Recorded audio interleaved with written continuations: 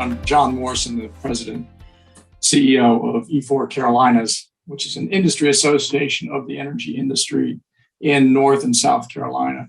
Our mission is to grow the energy economy in the two states. But the place I want to start, and Kevin, I'm going to start with you, because I always appreciate the viewpoint of the consumer and the customer in our energy arena. And that's your view of the impact of the energy industry on the state's economy.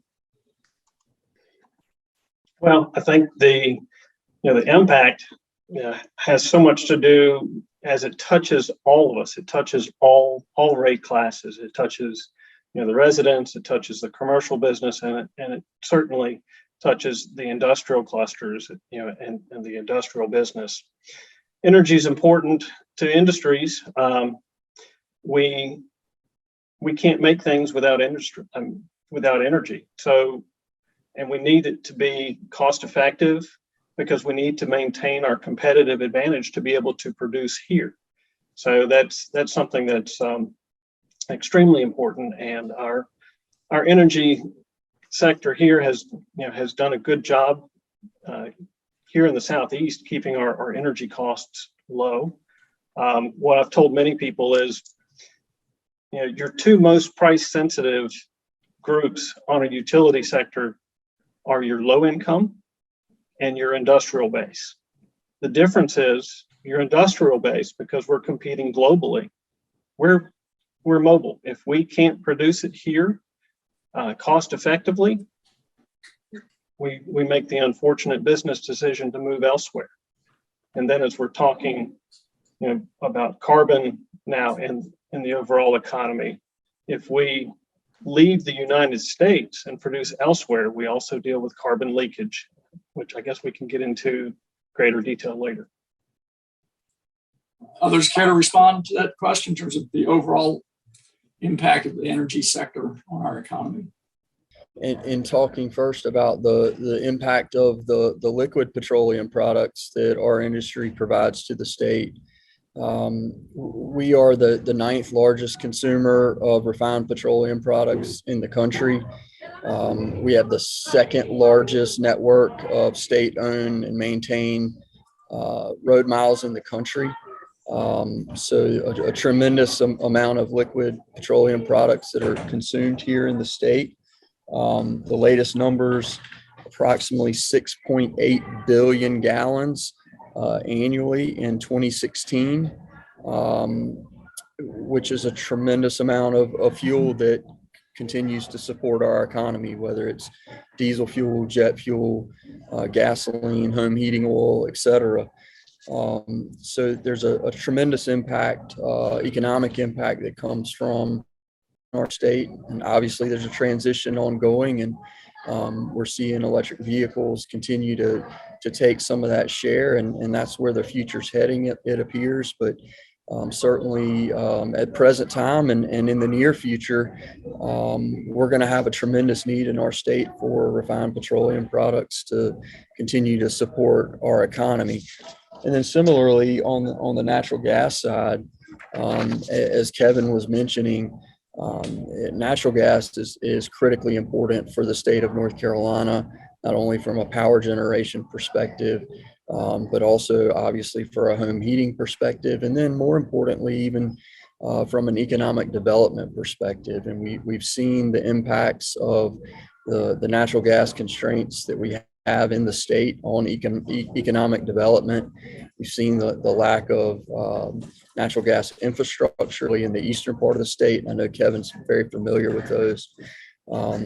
So again, I think while we recognize there's a significant transition underway to cleaner energy sources, and our member companies are extremely involved in some of those efforts. In fact, Jennifer and I were talking about Shell and BP and Equinor's interest in qualified bidders on the North Carolina wind project recently. So seeing a lot of activity from the oil and gas companies in the state, but also as they're pursuing some of the emerging technologies and energy sources as they look to diversify their business models as well.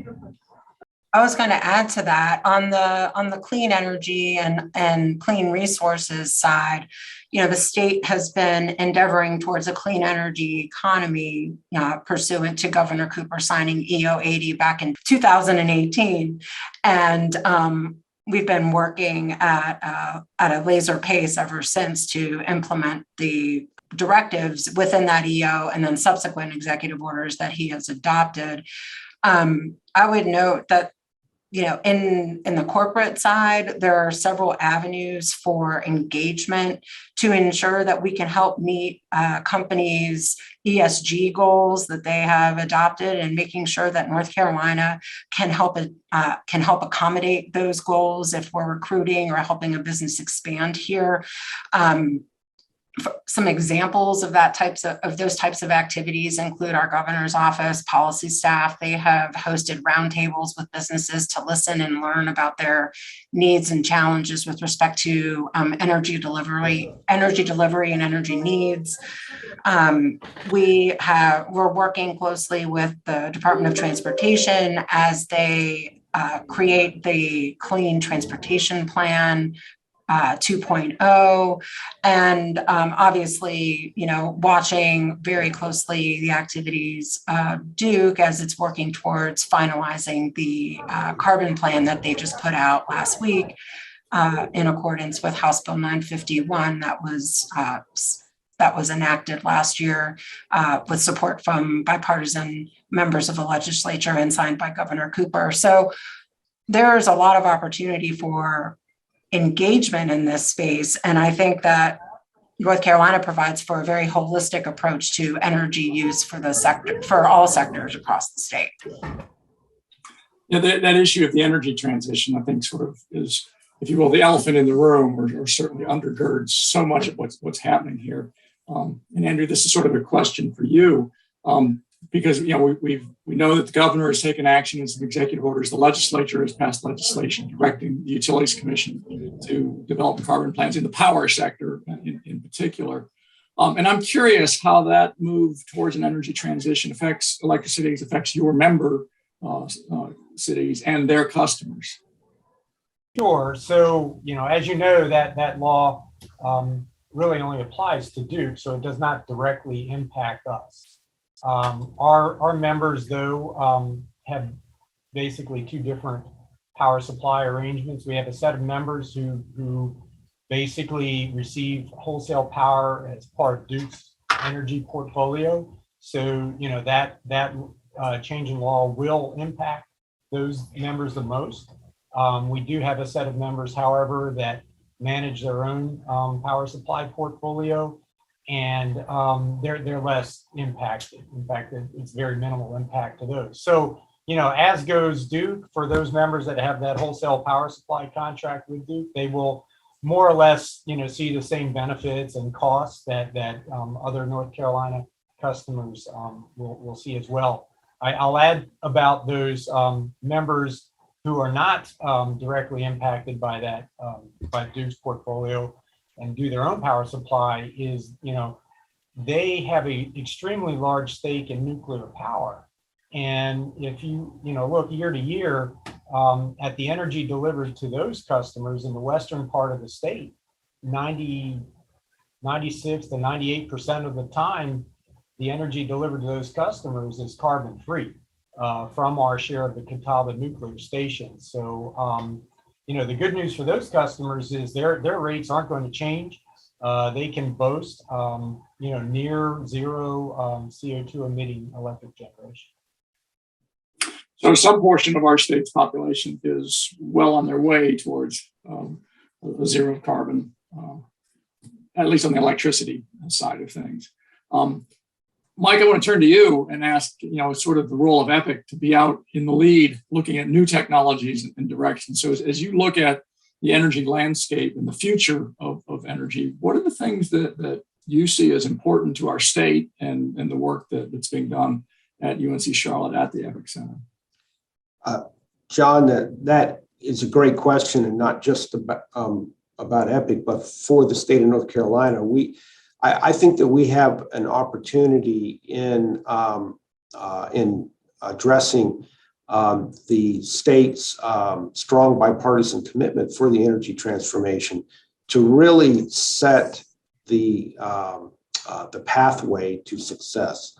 Some people think that there are some other states out there that, because of their attachment to certain clean energy resources, that they're ahead in actually achieving the final goal, which is decarbonization.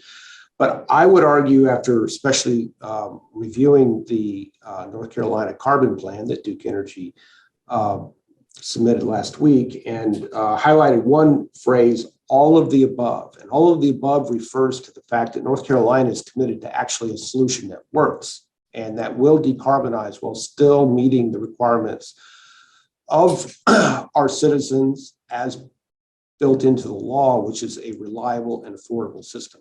Some of the other experiments are going out there in other countries and other states are not necessarily achieving what we need to have for our economy, which is a reliable and affordable energy supply system when we're done. So EPIC in particular is an all of the above research center and organization.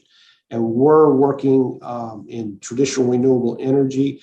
We're also working in advanced nuclear construction so that the goals laid out clearly by Duke, which is we're going to have some dispatchable, reliable energy resources that are zero emission by the time 2050 rolls around. And frankly, nuclear is by far the best way to ensure that. And that's widely recognized throughout the world. Only a few places are resisting that.